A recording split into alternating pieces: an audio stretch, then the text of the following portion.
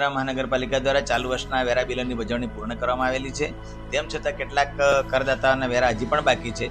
જે અન્વયે રેસિડેન્સ મિલકતોના પાણી કનેક્શન કાપવાની કામગીરી ચાલુ કરેલ છે અને બિન રહેણાંક મિલકતો અને મિલકતો સીલ કરવાની કામગીરી હાથ ધરેલ છે. ખાસ કરીને સરકારી એજન્સીઓ કેન્દ્ર સરકાર અને રાજ્ય સરકારની મિલકતોની દર વર્ષે 22 થી 23 કરોડ જેટલી ડિમાન્ડ રહેતી હોય છે અને પાછલી ડિમાન્ડ સાથે મળીને ટોટલ 40 કરોડ જેટલી વેરા વસૂલાતની ડિમાન્ડ હતી. તે પૈકી ચાલુ વર્ષે 13 કરોડ જેટલી વસૂલાત થયેલી છે. 28 કરોડની વેરા વસૂલાત હજી બાકી છે.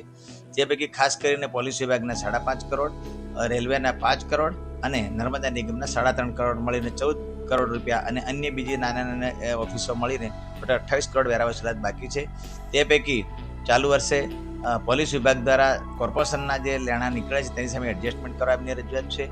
રેલવે વિભાગના નાણાં મંજૂર થઈ ગયા છે, ટૂંક સમયમાં ભરપાઈ થઈ જશે અને નર્મદા નિગમની પણ રજૂઆત છે કે જે કોર્પોરેશનમાંથી નાણાં નીકળે છે તેની સામે એડજસ્ટમેન્ટ કરવા દેવાની રજૂઆત છે.